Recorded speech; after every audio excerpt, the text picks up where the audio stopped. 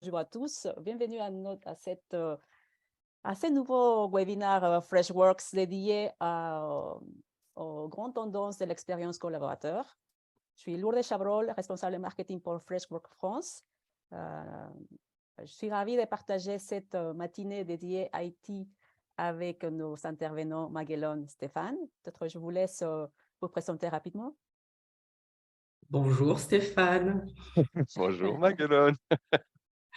Vas-y Stéphane, je te laisse la main. Stéphane Jaurès, ça fait 33 ans que je travaille dans l'IT. Voilà, ça, je me suis bien arraché les cheveux avec tout ça, vous avez vu, il m'en reste pas beaucoup. Je suis spécialisé dans le management des services IT et dans la gestion des actifs informatiques, deux sujets qui sont hautement connexes avec les questions qu'on va évoquer aujourd'hui. J'interviens comme consultant, comme formateur aussi sur ces questions-là, et j'ai la chance de d'avoir mis ma patte sur 2 référentiels bien connus dans ce domaine, à savoir ITIL 4, puisque j'ai participé à son écriture. J'ai notamment créé la pratique de gestion des actifs informatiques d'ITIL 4, et puis également ISO 19770, qui est le corpus normatif et de bonnes pratiques de l'ISO, qui est l'Organisation internationale des normes et standards, sur la gestion des actifs informatiques. Voilà pour faire court, mon pédigré. Sacré pédigre en tout cas. Merci d'avoir avec nous. De mon côté, je suis Maguelone. Je suis account exécutif au sein de Freshworks en France. Donc, account exécutif, ça veut dire quoi? C'est un point de contact dédié sur tous les sujets de la détection quelque part de votre projet jusqu'à votre accompagnement tout au long, en fin de compte, de votre processus de réflexion. Jusqu'à la mise en place du contrat et le déploiement du projet. On va appeler ça vulgairement un chef d'orchestre qui va être aussi en relation avec d'autres interlocuteurs au sein de Freshworks, des interlocuteurs plutôt techniques, plutôt projets, plutôt produits aussi. Et on est plusieurs en France, en tout cas, à avoir cette casquette-là. Et on est ravis de vous accompagner sur différents secteurs d'activité. On aura peut-être l'occasion d'en reparler justement. Lourdes, tu voulais peut-être nous parler des différents boutons qui sont à disposition de nos invités ce matin. Exactement. Donc évidemment, on va rester ensemble une heure de webinaire vraiment dédié à vous présenter les tendances qu'il faut surveiller de près, l'impact que ces tendances vont avoir dans le quotidien des responsables IT. On va évidemment réserver la fin pour une période d'échange, de questions-réponses.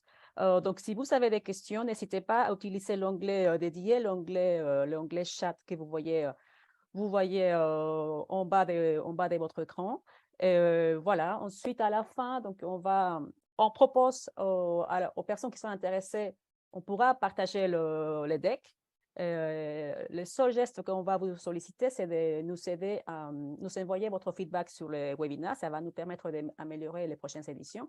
Donc, juste un remplissage de notre sondage et vous aurez tout de suite la présentation. Je pense que c'est bon. Je pense qu'on est prêt. On démarre. Et voilà, donc on passe C'est à parti. l'agenda. Voilà. Allez, on passe au sommaire. Donc rapidement, le sommaire. Donc très rapidement, je voulais vous présenter en quelques mots Freshworks et License. Et ensuite passer en fin de compte au cœur de notre sujet qui va nous préoccuper ce matin, qui sont effectivement les enjeux des responsables IT en 2023 et quelque part comment on fait le lien avec l'expérience employée, qui est quelque part le thème de ce webinaire ce matin. On va vous proposer quelques pistes de réflexion avec Stéphane, avec des cas pratiques, des exemples d'expériences que l'on a pu vivre respectivement sur nos projets respectifs. Et finalement, une conclusion avec, comme le disait Lourdes, cette phase de questions-réponses qu'on va garder pour vous, pour tout type de réponse. N'hésitez pas. En parallèle du chat, il y a également un onglet Q&A sur Zoom. Donc, n'hésitez pas à poser les questions et on pourra y répondre en fin de séance. Si vous le voulez bien, mes chers hôtes, je vais vous parler très rapidement de Freshworks. Donc, en quelques chiffres, Freshworks, c'est un éditeur SaaS qui a été fondé en 2010. Originellement, la société ne s'appelait pas Freshworks d'ailleurs, elle s'appelait Freshdesk, puisque initialement, on a développé une solution de support client qui s'est enrichi avec un certain nombre de fonctionnalités de type omnicanalité, téléphonie, chat, etc. Et de fil en aiguille, on s'est rendu compte que nos clients utilisaient cette solution à destination de leurs clients finaux pour leurs besoins en interne, donc plutôt à des visées ITSM, ESM. Et l'idée est rapidement venue finalement de développer une autre solution dont on va principalement parler aujourd'hui, qui est Fresh Service. Et donc, de fil en aiguille, finalement, la société s'est renommée en s'appelant Freshworks. On est rentré en bourse au Nasdaq en septembre 2021. On a réalisé un petit peu plus de quasiment 500 millions de dollars de chiffre d'affaires en 2022, ce qui nous représente une croissance assez soutenue de plus de 37%. Plus de 5000 collaborateurs à travers le monde. On va vraiment adresser l'intégralité de nos clients, où qu'ils soient localisés finalement dans le monde. On a une présence bien entendu en Inde, qui est finalement l'endroit où on a été fondé, avec un grand volet produit, développement, support. Force commerciale également, qui va traiter l'intégralité de l'espace Moyen-Orient, Afrique, Asie-Pacifique, etc. Présence sur la plaque nord-américaine également, qui va traiter et adresser les besoins de l'intégralité de nos clients américains, nord et sud pour le coup.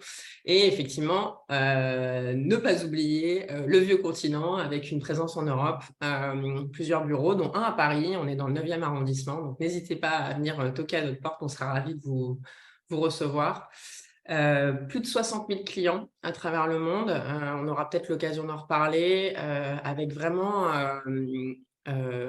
une hétérogénéité en termes de type de clients, que ce soit par la taille, mais également par le secteur d'activité dans lequel ils sont spécialisés. Donc, on va le voir, vraiment une capacité à s'adapter en fonction de vos besoins et en fonction de vos enjeux.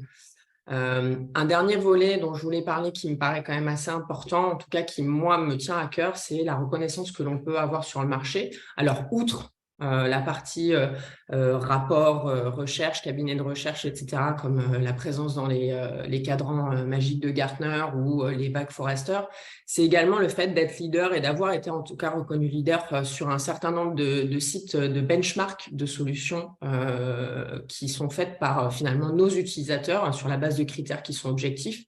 Donc typiquement le Trust Radius, le Gartner Peer Insight, le G2 Crowd, pour n'en citer quelques-uns. Et donc ça, pour le coup, ça me paraît être assez intéressant dans le fait que, pour le coup, ce sont nos propres utilisateurs qui nous recommandent. Si on passe rapidement à nos solutions, donc je vous parlais initialement de nos premières solutions, en tout cas de la première solution qui a fondé finalement Freshworks, on voit en fin de compte que le portefeuille s'est quand même assez enrichi. Donc, on a un volet qui est très orienté sur l'enchantement finalement des clients finaux, donc avec du support client, de la gestion de la relation client, que ce soit dans une optique de gestion des ventes, mais également de gestion du parcours client finalement d'un point de vue marketing.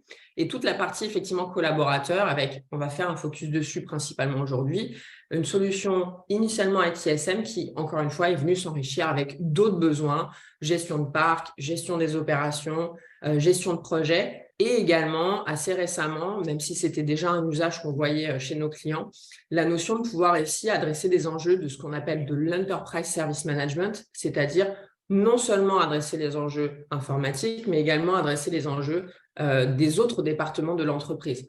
Les ressources humaines, les services généraux, les achats, les opérations, etc., etc.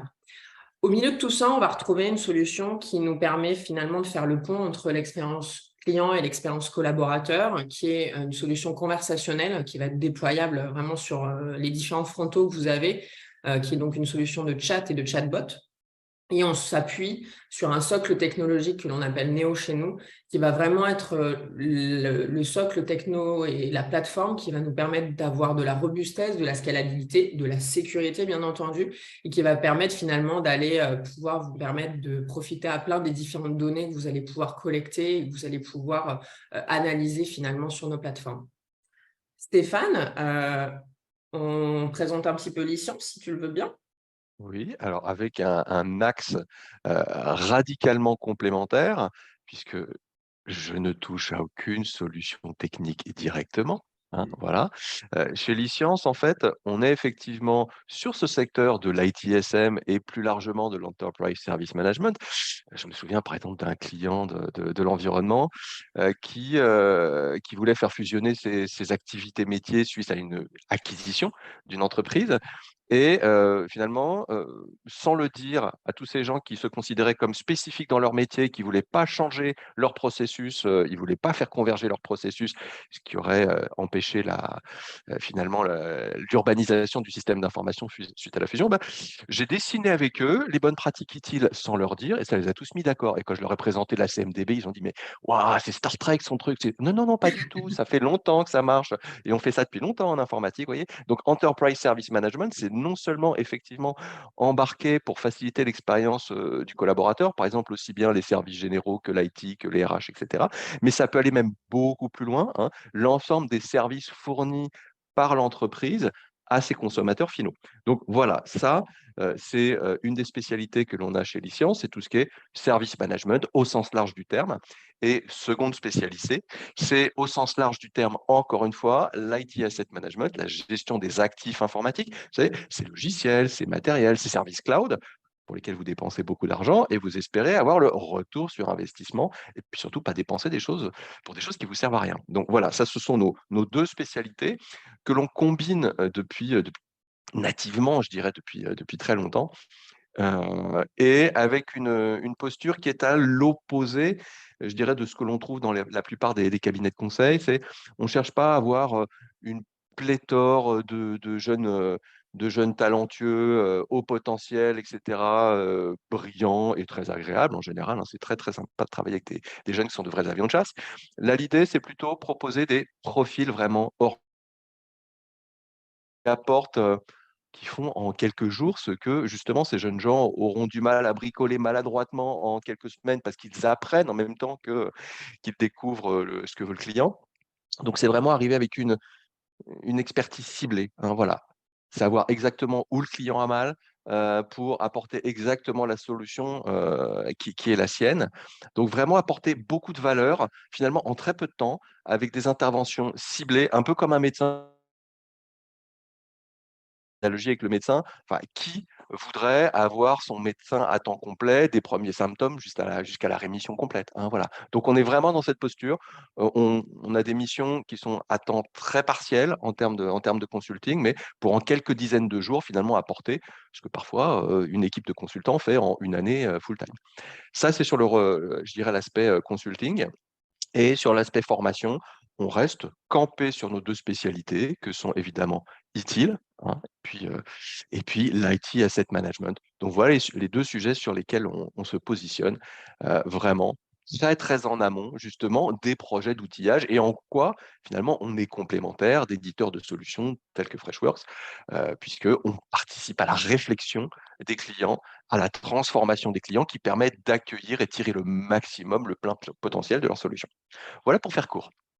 Super, merci beaucoup. En effet, Stéphane, assez complémentaire. C'est ce qu'on a un petit peu réalisé lorsqu'on a préparé cette session ensemble. Et du coup, on a pas mal échangé sur finalement quels sont les enjeux des responsables IT en 2023. Lourdes, il me semble que tu voulais peut-être poser et solliciter nos invités ce matin sur justement quelles sont leurs principales priorités en matière d'expérience employée cette année.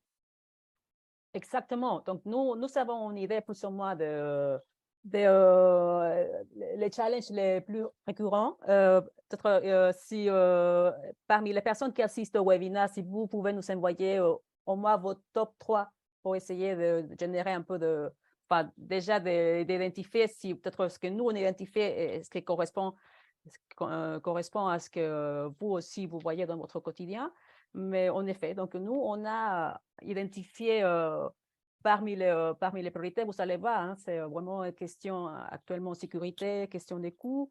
Mais donc, je laisse le temps aux gens, mais peut-être je pense on peut poursuivre. J'ai des questions aussi. J'ai 2, 3 questions qui me sont adressées par message privé. Alors, donc, on a une question ici, c'est entrée-sortie collaborateur. D'accord. Voilà, donc ça c'est une première. Ensuite, il y a aussi l'intelligence artificielle, est-ce qu'elle est vraiment nécessaire pour automatiser les tâches à faible valeur ajoutée? Moi, je pense, enfin, la réponse, j'ai tendance à dire oui, mais je pense qu'on va laisser Stéphane et toi, Maguelone, développer. OK. Ensuite, il est question de, alors, quoi d'autre? Qu'est-ce qu'on a? Insert. Et il y a une autre aussi qui m'est adressée privée. Donc, finalement, il est question de simplifier. Comment simplifier le quotidien sans surcharger les équipes de support, OK, ni perdre en qualité de service.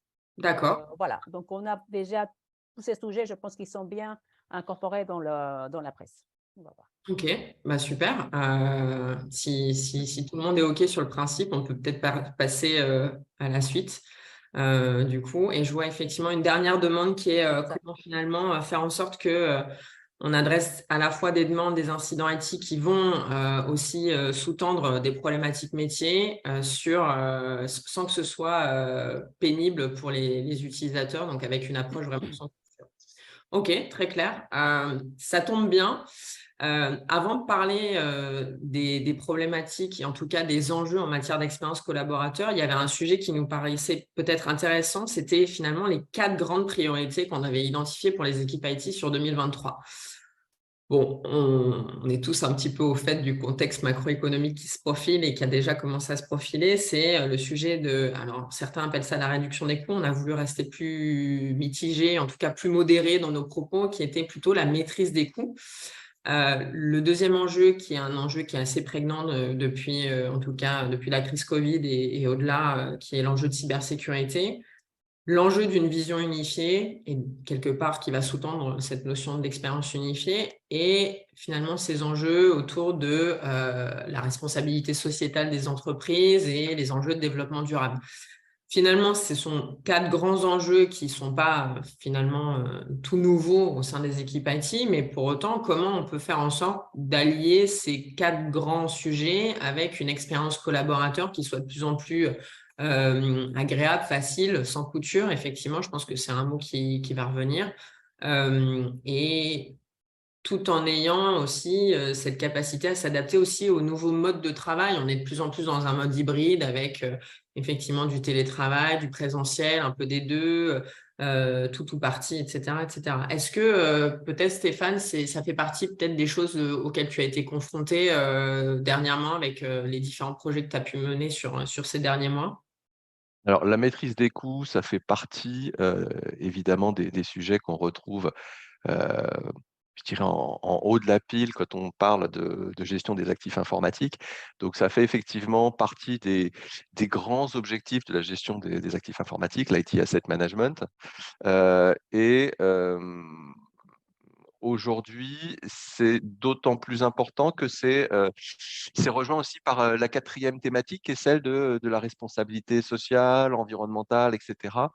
Et autant moi je fais partie un petit peu des vieux maintenant, hein, voilà, mais la jeune génération, même si je fais du vélo depuis, bien plus longtemps que ce soit à la mode, c'est pas de la déco derrière, hein, c'est un vrai vélo, hein, Non, voilà. non, on s'est C'est douté que c'était pas juste de la déco. voilà.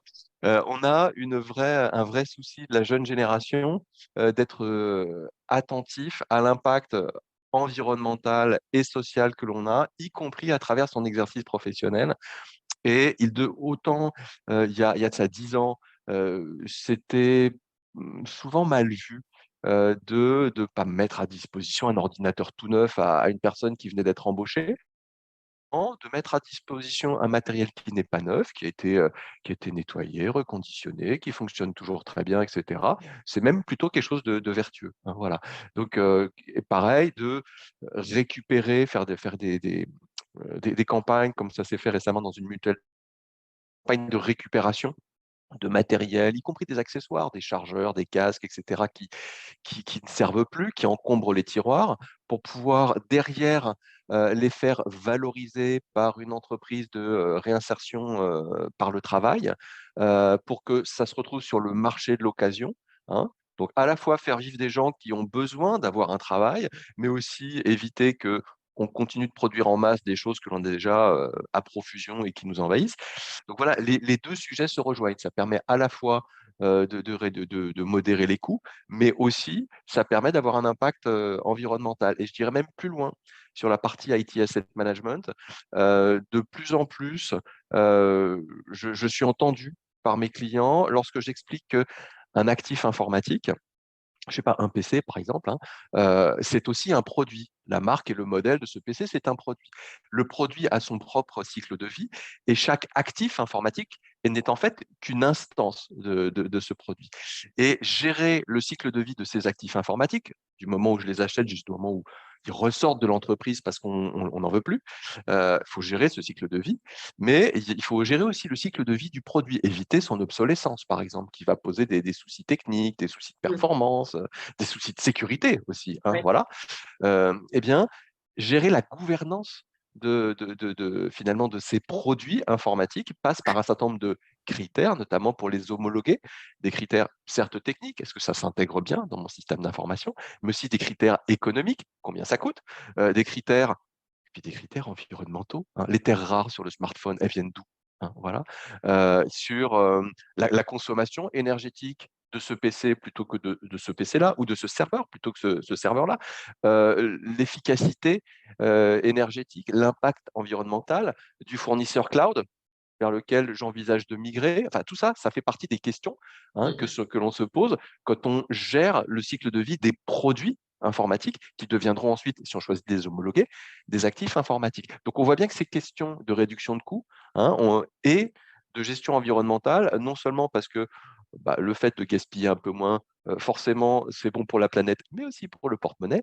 Hein, OK, là, j'enfonce une porte ouverte, mais il y a de plus en plus ces questions, je dirais même, par exemple, on en rejoint le bien-être employé, dans les critères aussi d'homologation, il peut y avoir les questions d'ergonomie, hein, d'ergonomie du poste de travail, de l'environnement de travail pour l'utilisateur final, quel consommateur final ou l'utilisateur interne de l'entreprise.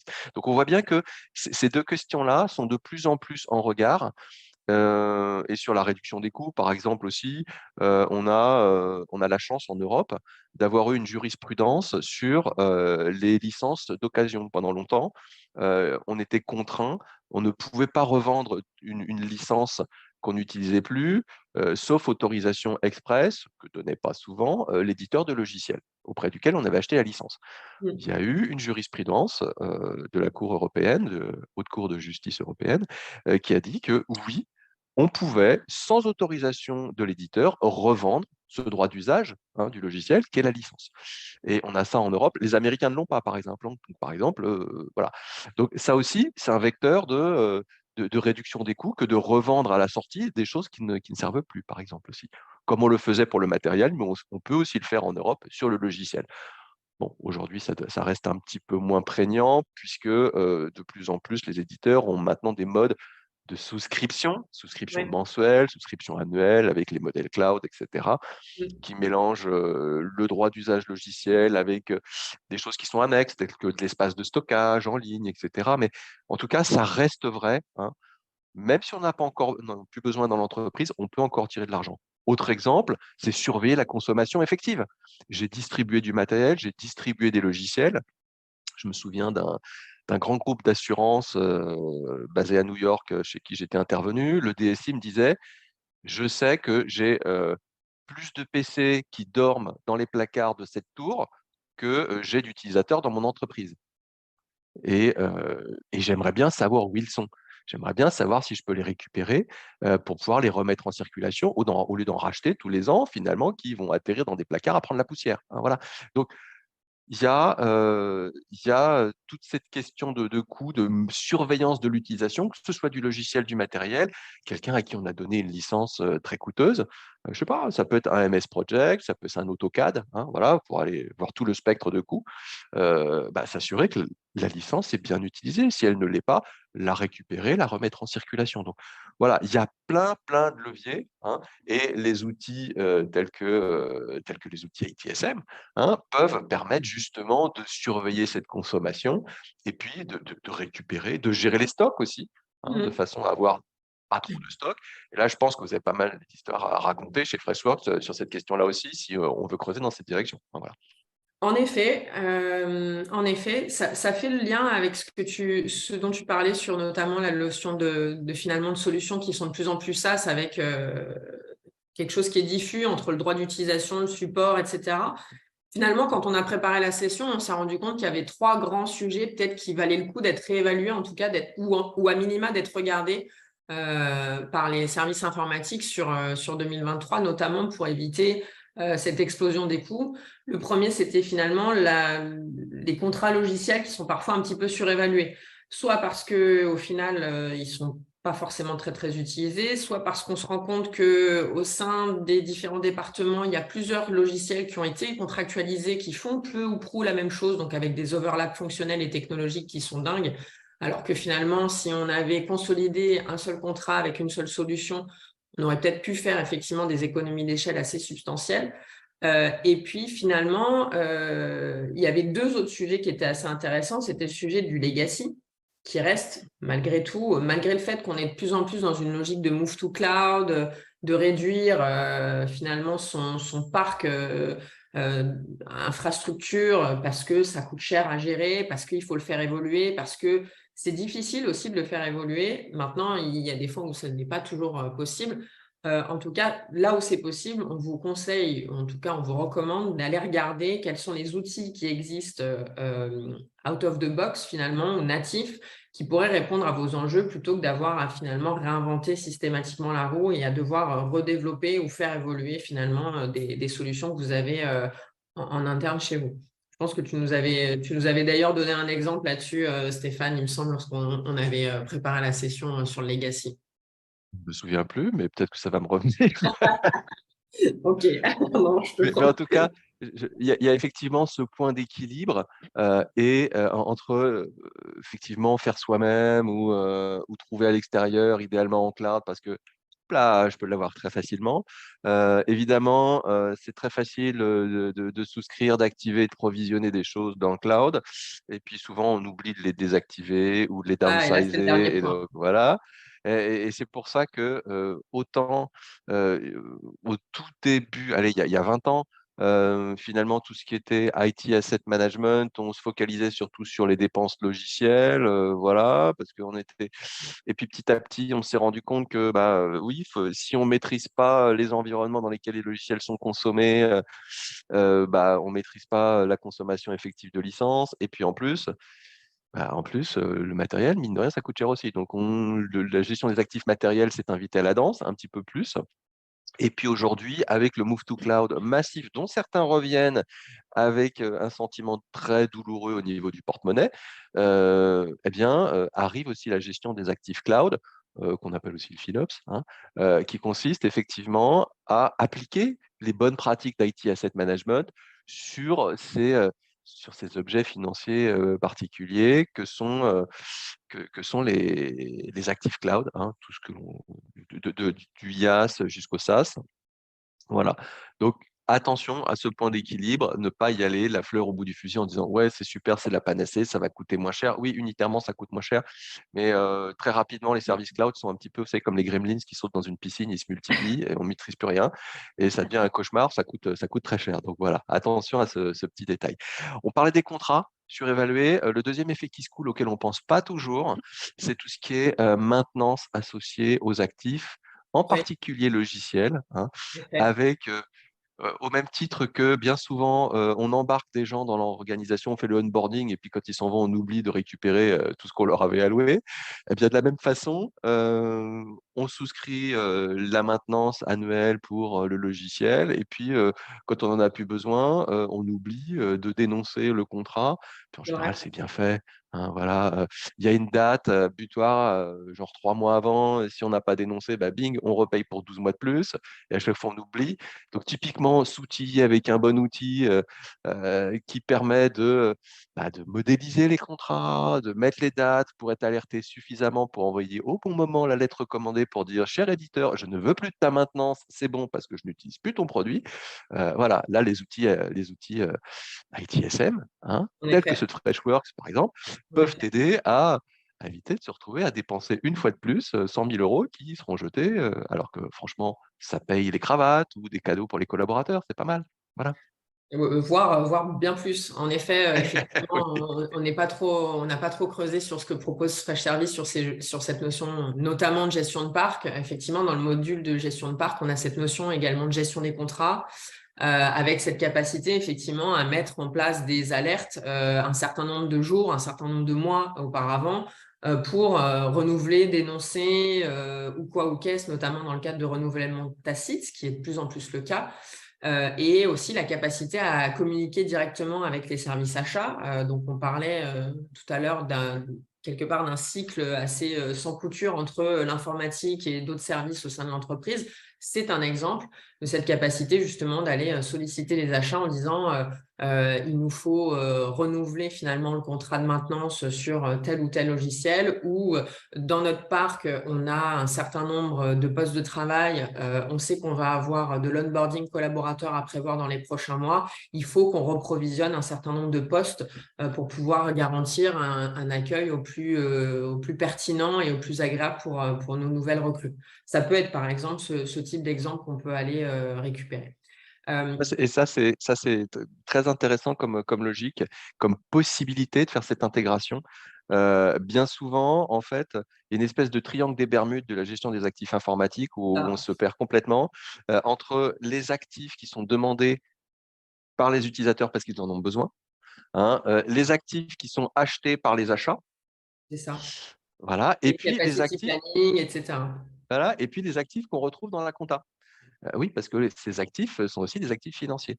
Et bien souvent, c'est le triangle infernal ou le triangle des Bermudes où on s'y perd complètement. Et tout simplement parce qu'on ne tâche pas dans un continuum de processus, un continuum de données. Si par contre, on part de l'outil d'IT Service Management dans lequel on a la référence, la désignation du produit, et puis une quantité, par exemple, que l'on va transmettre avec une interface, avec le RP d'achat, transmettre les références, les quantités, les désignations. Ce sera exactement ces références, ces quantités, ces désignations qui seront transmises aux fournisseurs et qu'on va retrouver aussi sur la facture. Et donc, on va retrouver sous forme finalement d'actifs immobilisés. Et ça évitera de se retrouver, comme je vois régulièrement chez mes clients, un PC à 10 000 euros. Non, c'est pas un truc bling bling doré sur tranche. C'est juste que en fait, il y avait 12 PC en fait. Mais du coup, quand on les décommissionne, quand on les met au rebut, qu'on les fait sortir du parc, on ne pense pas, comme on n'a pas la donnée raccord avec la compta, Exactement. on ne les fait pas sortir des immobilisations financières. Alors, aujourd'hui, c'est moins grave qu'avant la loi de finances de 2011, parce qu'avant, il fallait payer de la taxe professionnelle sur tout ce qui était informatique en entreprise, mais avec l'automatisation, avec l'ordinateur qui prend de plus en plus d'emplois, hein. Il y a des analystes financiers, par exemple, qui pèsent leur job parce qu'ils sont remplacés par des algorithmes.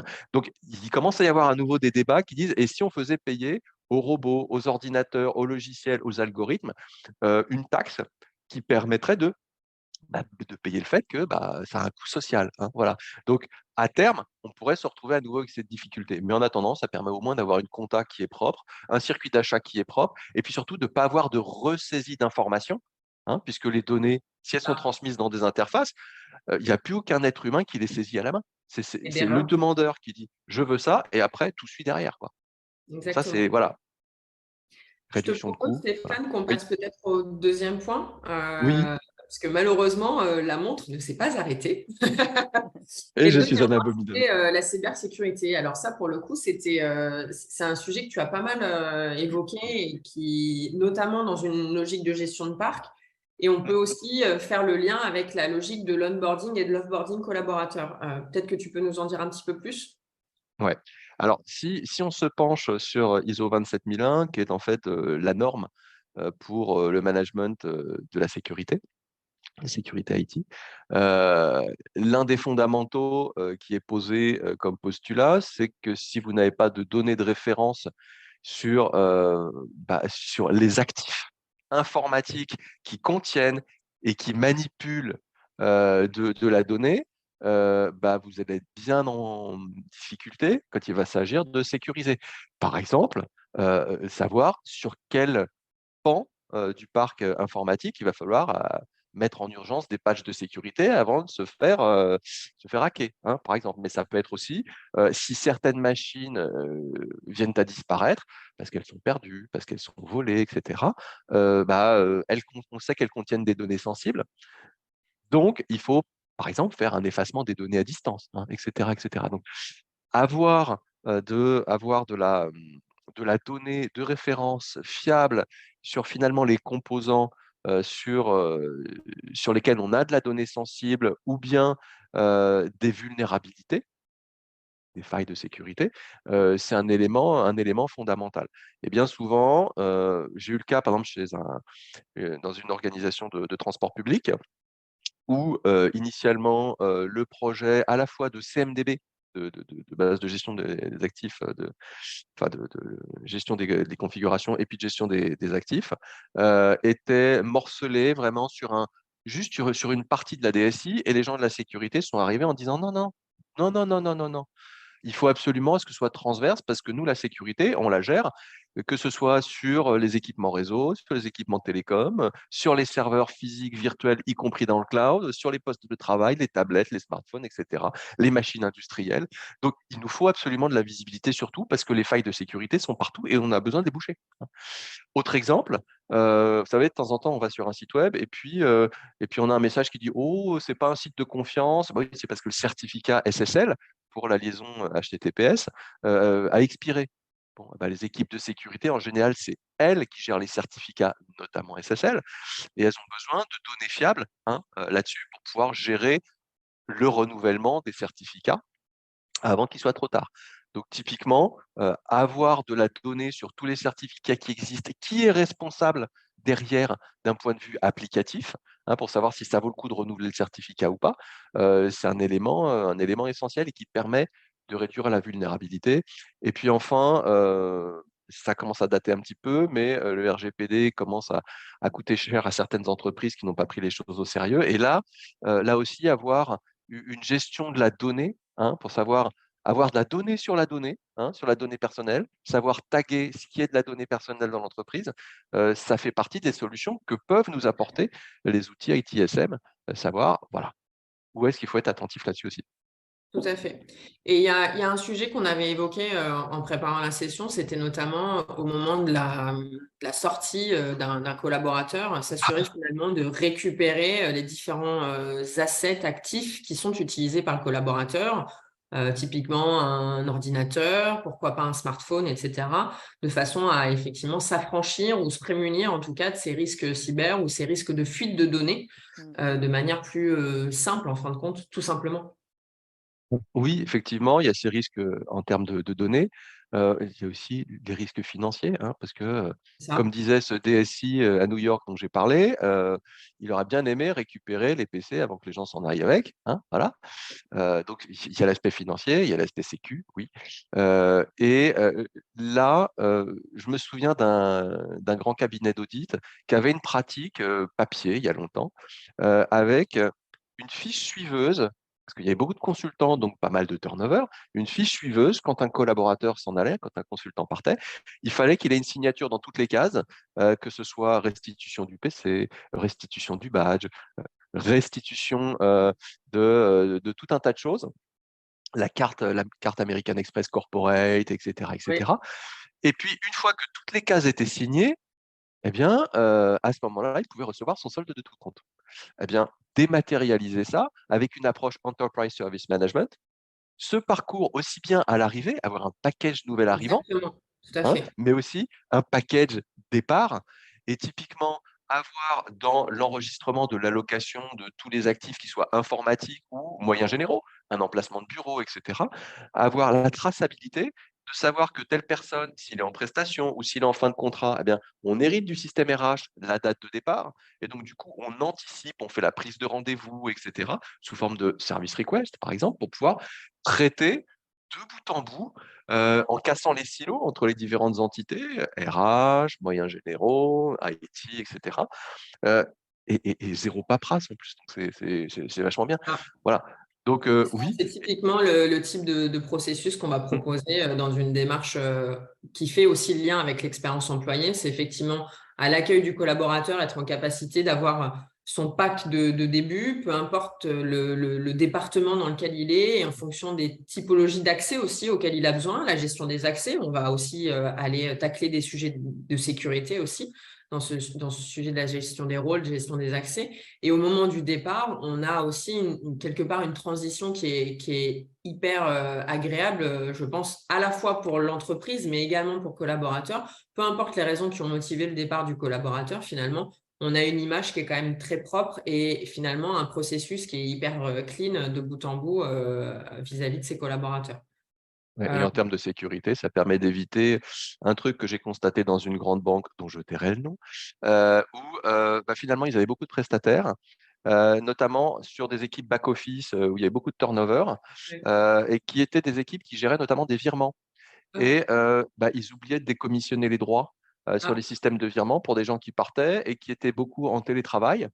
Donc, résultat, ils avaient des trous béants. Heureusement, il n'y a jamais eu des virements bizarres qui ont été faits, mais ils ont eu beaucoup de chance, en fait, parce qu'ils avaient des centaines de personnes qui pouvaient faire des virements comme ça, alors qu'ils n'étaient plus dans l'entreprise depuis longtemps, etc., quoi. Donc, bref, bon. c'est dommage en termes de sécurité. Oui, c'est effectivement un peu dommage et en termes d'image, heureusement que on ne sait pas quel est le nom de cette Oui. banque parce que sinon, c'est pas hyper top.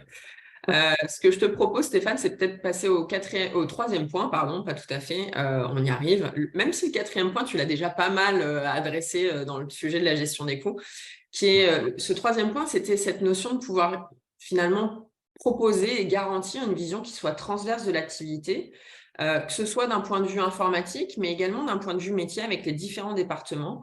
Au moment de la préparation de ce webinaire, on a pas mal parlé du catalogue de services. Mais pas que, et également des processus qui pourraient être effectivement transverses entre l'IT et les différents métiers qui sont sollicités dans le cadre d'une demande de service, typiquement, ou dans le cadre d'une gestion d'incident. Est-ce que tu as peut-être des exemples à nous partager sur le sujet?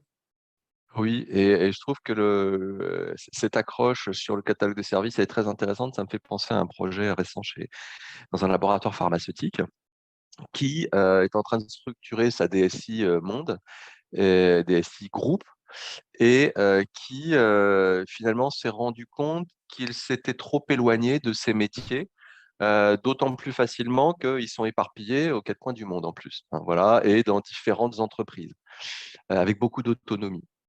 Et donc, le choix qu'a fait le DSI, c'est qu'on aille voir finalement, c'est moi qui ai proposé ça, qu'on aille voir un certain nombre de métiers, en fait, tous les métiers, que ce soit de Ouais, l'industrie, que ce soit de la R&D, que ce soit de la finance, des RH, de la qualité, c'est super important dans le domaine pharma, et cetera. surtout dans le pharma, D'aller ouais.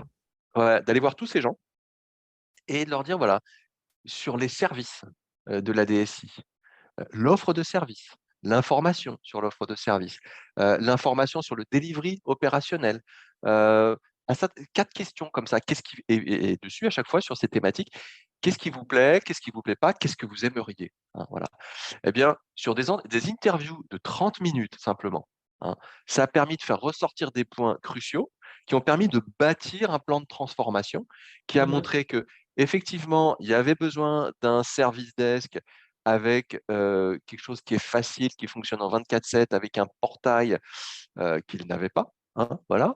En fait, ils avaient un portail éparpillé entre un vieil outil, même pas ITSM et puis Lotus Notes, avec une couverture aussi, une ouverture sur les périodes où on est en vacances ou en jour férié en France. Hein, et alors que si on est au Brésil, bah, on n'est pas forcément en congé ou en jour férié, etc. Ou en Thaïlande, pareil. Donc, ça a permis de raccrocher le dialogue et dans un groupe où la transfo digitale, finalement, avait démarré sans l'IT, tellement l'IT s'était éloigné du métier, ça a permis de faire un vrai rapprochement et de se poser la question, bah oui, mais nous, on a des projets, par exemple, les gens de la R&D sont très gourmands d'IT, avec des solutions extrêmement complexes, qui sont vraiment de l'informatique avec de la modélisation moléculaire, enfin plein de choses incroyables. Et donc, ils ont besoin de travailler vraiment main dans la main. C'est des projets finalement qui correspondent bien à ce qu'on fait aujourd'hui dans des équipes digitales qui sont verticales Ouais. sur un segment. Hein, voilà. Et donc, de travailler comme ça en tribu sur des sujets qui sont mixtes métier et IT. Donc, souvent, le manque de dialogue entre l'IT et métier, d'aller travailler sur la question essentielle de c'est quoi l'offre de service, c'est quoi les services, etc. Ça permet d'identifier ce sur quoi il va falloir travailler en premier et trouver des cas d'usage qui vont permettre, en étant raisonnable, parce qu'on ne peut pas tout refaire du sol au plafond quand on a laissé en déshérence une relation et puis du service management pendant des années. Mais en tout cas, voilà, identifier des choses qu'on va pouvoir faire graduellement, mettre en place un service desk et puis traiter les demandes de services les plus courantes en les standardisant de façon à être capable d'automatiser. Oui, parce que tant qu'on n'a pas standardisé, c'est difficile d'automatiser. Voilà, ça devient compliqué. Voilà, donc il y a cette question-là. Et puis, assez rapidement, on en arrive parce qu'on discute avec des gens avec lesquels on partage des flux de valeur. Typiquement, les gens des RH, les gens des moyens généraux. Hein, Ouais, voilà. tout à fait. Et donc, des flux de valeur, des expériences collaborateurs de bout en bout qui sont communes. Et en particulier, le onboarding et le offboarding dont on a parlé tout à l'heure. Par Donc, exemple, d'aller ouais. au contact de ces métiers, construire avec eux ce qu'ils voudraient, pour ensuite identifier quels sont les métiers dans l'entreprise avec lesquels on peut construire des parcours, des flux de valeur qui vont soulager chacun dans son quotidien, permettre finalement à chacun de se recentrer sur son métier et pas perdre du temps, comme dans une compagnie d'assurance dont je tairai le nom, qui, avant mon passage, avait 6 outils ITSM différents dans une DSI de 300 personnes. Ouais. Donc, C'était un cauchemar en ça termes continue. d'efficacité et d'expérience utilisateur. Voilà.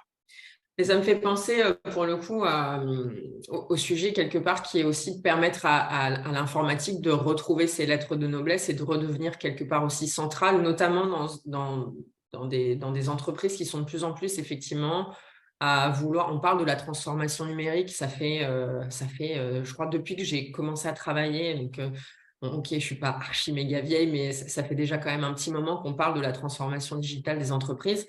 Et finalement, on a beaucoup parlé des directions digitales, des directions data, et finalement relativement peu de l'informatique. Là, pour le coup, ça peut être justement un bon moyen, d'une part, de remettre finalement l'informatique au cœur du dispositif, de permettre aussi à des métiers de pouvoir s'appuyer sur l'informatique. On parlait de la recherche et du développement dans le secteur pharmaceutique, mais on peut très bien imaginer dans le secteur de l'industrie aussi le fait de pouvoir s'appuyer sur l'informatique pour optimiser les chaînes de production, par exemple, ou le fait d'améliorer la traçabilité ou la qualité des produits qui sortent d'une chaîne d'usine. Et la capacité finalement à proposer cette plateforme unifiée, ça peut être un moyen aussi ou en tout cas ce portail unifié qui permet à l'intégralité des métiers et des départements d'accéder aux différents, en tout cas demandes auxquelles ils peuvent prétendre. C'est aussi un bon moyen de devenir aussi une conciergerie quelque part d'entreprise et d'avoir vraiment ce portail qui est le portail central sur l'intégralité des questions qu'on pourrait se poser. Alors, tu parlais d'automatisation, c'est intéressant. Il y a aussi cette notion de self-service qui me paraît importante, cette capacité sur le portail de pouvoir proposer déjà des réponses aux questions qui sont les plus récurrentes posées dans l'entreprise.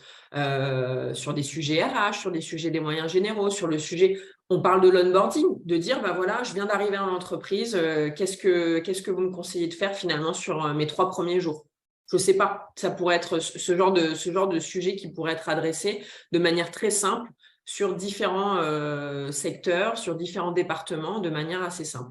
Il y a cette logique aussi, tu parlais d'automatisation des différents processus. Alors, dans le cadre de l'onboarding, ça paraît assez simple à visualiser, mais même dans le cadre d'une logique de validation. Peu importe finalement le département d'où émane la demande ou vers qui est dirigée la demande finalement, cette logique de pouvoir tracer, de pouvoir valider la légitimité quelque part de la demande, de pouvoir avoir ces processus de validation qui sont automatisés, qui sont à la main quelque part des différents collaborateurs, de les responsabiliser aussi. C'est un bon moyen aussi de favoriser l'expérience des collaborateurs dans la société. Et typiquement, quand on parle des demandes de services, là pour le coup, hein, puisque c'est de ça dont on parle, qu'il s'agisse de demander un logiciel optionnel pour faire de la retouche photo ou un tractopelle à commande numérique, il y a toujours quelqu'un qui demande, quelqu'un qui approuve et puis quelqu'un qui met à disposition.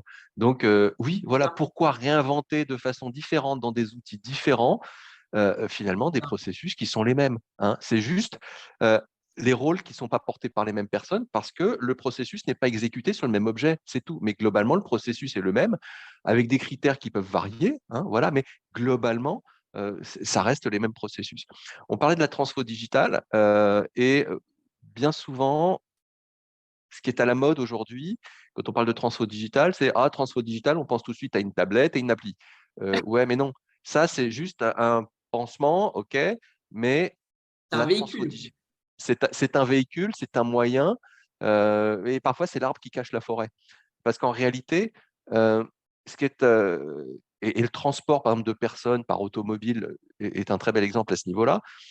Il s'agit de transformer à la fois de façon concomitante, coordonnée, conjointe, à la fois la façon de travailler du métier et la façon de délivrer de l'IT. Donc, c'est pas juste je crée une équipe pour faire une appli mobile. Non, ça peut être un moyen parmi d'autres, mais ce qui est fondamental, c'est de réunir des gens qui connaissent bien le métier, des gens qui connaissent bien l'IT pour transformer conjointement la façon de délivrer de l'IT et de faire le métier. Typiquement, on sait tous ce que c'est que le transport de personnes en voiture, hein. Bah, les applis mobiles, ça peut être le contre-exemple par rapport à ce que je dis, mais voilà, ont révolutionné la façon de transporter les personnes.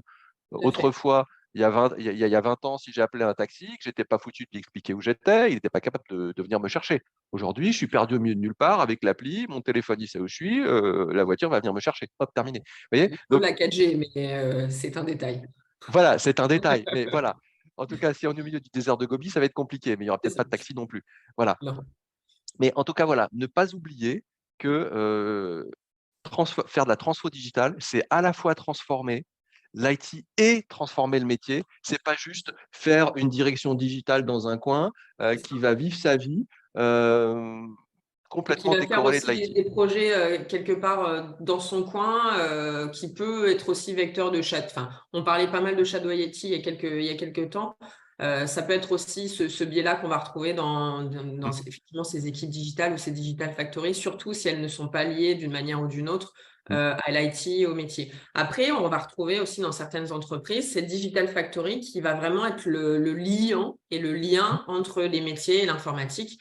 Et bon, je voulais qu'on avance un petit peu parce que malheureusement, il ne nous reste pas archi méga beaucoup de temps. Tu parles beaucoup, Stéphane, quand même, hein. Bon, tu me Ouais, l'avais dit, ouais. On dit que les femmes sont bavardes, mais bah, tu vois, hein. tu l'as un peu plus que moi pour le coup. Si on parle de Fresh Service rapidement, enfin, si on fait le parallèle avec Fresh Service, donc effectivement, on a vraiment cette volonté de pouvoir proposer un one-stop shop, j'aime bien le dire comme ça, mais vraiment, ou en tout cas, cette solution centrale, simple, qui va pouvoir satisfaire à toutes les typologies de demandes, qu'elles soient initialement informatiques, mais pourquoi pas traiter les différents autres départements de l'entreprise. Alors là, les exemples sont non exhaustifs, hein, bien entendu. Je me rappelle d'un de mes collègues qui a eu des cas de figure où il était plutôt question d'adresser des demandes marketing, notamment. C'était un site internet. Enfin, le métier de ce client est de proposer en fin de compte de la vente en ligne avec un certain nombre de ventes de manière sporadique sur des typologies de produits différents en fonction de ces ventes, justement. Donc, la capacité, en fin de compte, à mettre à jour rapidement des catalogues produits, des descriptifs produits, des images produits, est-ce que la résolution est bonne, etc. Et en fin de compte, d'utiliser une solution comme Fresh Service pour pouvoir centraliser la totalité de ces demandes et de pouvoir les traiter en fonction d'un niveau de priorité, un niveau d'urgence, etc. Ce qui auparavant était traité avec des emails d'un côté, l'outil collaboratif de l'autre, le Team, le Slack, peu importe, un tableur Excel pour suivre, des codes couleurs, des drapeaux, bon bref, cacophonie totale. Et en fin de compte, cette capacité justement pour un service marketing, pour un service moyen généraux, pour un service RH, pour un service achat, de pouvoir vraiment faire le lien avec les différents volets finalement de leur métier respectif. On passe peut-être au dernier point, même si on a déjà pas mal abordé tout à l'heure avec toi, Stéphane, sur la gestion de la transition finalement écologique et comment le fait de faire de la revalorisation en s'appuyant sur des partenaires qui proposent du reconditionnement en faisant de la réinsertion par le travail notamment, peut avoir déjà un aspect très positif d'un point de vue transition écologique, développement durable, un aspect super positif d'un point de vue effectivement aussi économique et un impact aussi positif finalement sur l'expérience du collaborateur. Le fait de savoir que l'outil qu'il a utilisé pendant 2-3 ans, quand bien même ça fait partie des politiques de la société de renouveler les actifs tous les 2-3-4 ans, mais de savoir que finalement son outil ne sera pas mis au rebut ou à la benne et qu'il pourra bénéficier d'une seconde vie, je pense que c'est totalement dans l'air du temps. En tout cas, c'est de plus en plus ce qu'on en demande, peu importe l'âge qu'on a, hein, je pense, hein, en réalité. Et tu nous parlais, lorsqu'on préparait la session, de la loi RIM qui porte un œil vraiment plus attentif sur justement ces enjeux de développement durable. Oui, effectivement, c'est une loi française qui concerne notamment les collectivités locales en deçà d'un certain nombre d'habitants, mais qui, je pense et je l'espère, a vocation à s'étendre. C'est une loi qui encadre un certain nombre de choses telles que l'obsolescence, hein. Typiquement, l'obsolescence logicielle. Ce qui s'est produit, c'est au mois de janvier, beaucoup de gens qui avaient un PC sous Windows 8.1 ont vu un message Microsoft en disant: «Ah maintenant, ça y est, Windows 8.1, au revoir, c'est terminé, rachetez-vous un nouveau PC». Ça va avec la loi RIN, Mm. c'est quelque chose qui devient illégal, hein, voilà.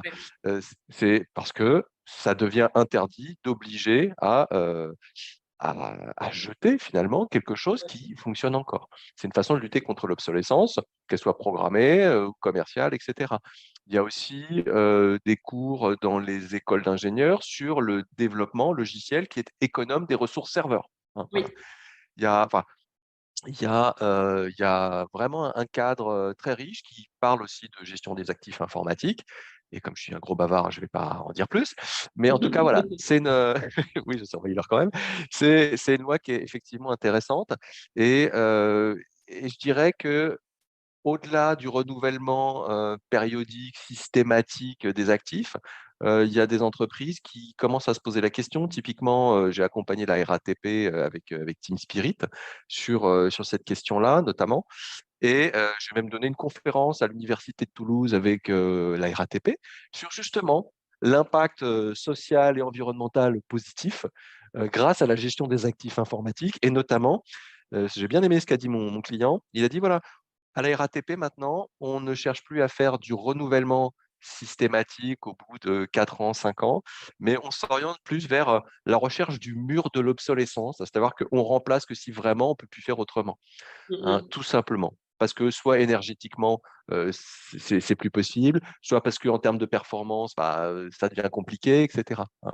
Et puis de chercher à réallouer si ça ne suffit plus pour certaines activités, on peut le réutiliser pour d'autres activités ou le Exactement. revaloriser en sortie d'entreprise lors de la mise au rebut et cetera. Donc oui, Super. il y a plein de leviers. Voilà. Il y a plein de leviers à utiliser en tout cas. Ouais. Un sujet qu'on voulait aborder, s'il nous reste un petit peu de temps, c'était le sujet de l'intelligence artificielle. Alors, effectivement, ça fait déjà un certain nombre d'années qu'on en parle. Moi, je voulais au-delà uniquement parler de l'intelligence artificielle, je voulais vous parler du machine learning de manière un peu plus générale et la capacité, en fin de compte, à des solutions comme Fresh Service de pouvoir vraiment vous assister, vous supporter dans vos tâches quotidiennes. Typiquement, si on se positionne d'un point de vue d'un demandeur, c'est la capacité pour une IA ou du machine learning de pouvoir vous apporter déjà des suggestions de réponses aux questions que vous pouvez vous poser. C'est-à-dire qu'au moment où vous êtes en train peut-être d'émettre une demande, vous êtes en train de taper sur votre clavier ou sur votre application la demande qui vous concerne, de pouvoir déjà vous proposer un certain nombre de ressources documentaires, des vidéos, des images, des infographies, pour pouvoir déjà apporter des réponses à vos questions, ne serait-ce que par de la reconnaissance finalement de texte, ou en tout cas par du lookalike en termes de sémantique. D'autres sujets qui peuvent être complètement intéressants, là on va plutôt se positionner côté back-office et donc en fin de compte du point de vue de ceux qui vont traiter les demandes des collaborateurs. Ça va être d'une part l'intelligence artificielle qui de la même manière va pouvoir nous appuyer, nous supporter pour nous apporter finalement de l'efficience, pouvoir vraiment éviter d'avoir à cliquer sur plusieurs choses et pouvoir vraiment automatiser un certain nombre de tâches qui sont répétitive, à faible finalement valeur ajoutée, et de pouvoir vraiment se concentrer sur ce qui nous importe et se dégager du temps justement sur la résolution ou le traitement des incidents, des demandes des collaborateurs. même logique, dans cette logique d'approbation, de pouvoir aussi faire de l'escalade si besoin, etc. etc. On va peut-être conclure finalement les 4 grands conseils qu'on peut regarder sur ce qu'on a pu se dire au cours de ces 58 minutes. C'est cette logique de co-construction avec les métiers. Tu en parlais pas mal, Stéphane, sur le fait de pouvoir vraiment solliciter les équipes informatiques, les équipes métiers des différents départements, échanger sur leur processus, sur la valeur qu'ils souhaitent dégager finalement des solutions qui peuvent être mises en place. Et du coup, pouvoir en déduire finalement l'intérêt d'investir dans des solutions ou au contraire de désinvestir pour éviter d'avoir des overlaps fonctionnels avec 15 outils différents qui sont utilisés au sein de l'entreprise. Le deuxième sujet qui était effectivement la mise en place de ce portail de services avec vraiment une gestion centralisée des différentes demandes des collaborateurs et vraiment une gestion de parc qui soit scalable, simple, avec cette vraiment gestion de ce qui est en stock, ce qui est utilisé, ce qui est mis au rebut, ce qui doit l'être, ce qui doit être renouvelé. Gestion des contrats aussi, on en a pas mal parlé.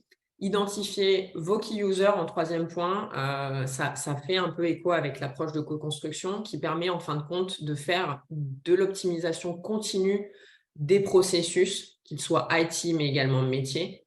Et enfin, pouvoir vraiment élargir l'adoption du portail de services à l'ensemble des services de l'entreprise, quels qu'ils soient en fonction de leurs différents use cases et en fonction aussi de leur business case pour leur faciliter la vie au quotidien.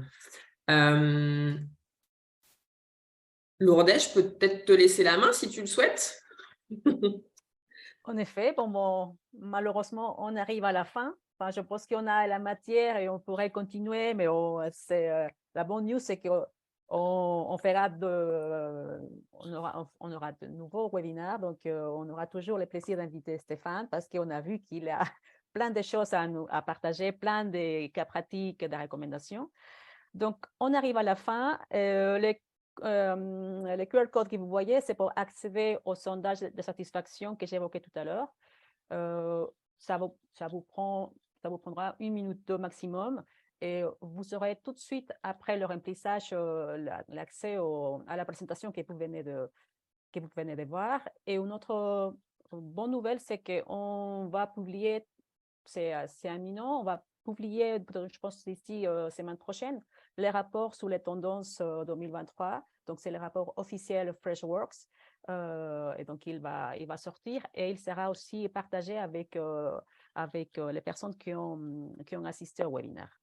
Dernière note, donc pour continuer en contact, donc on a une question d'ailleurs, alors on va voir. J'ai vu la question.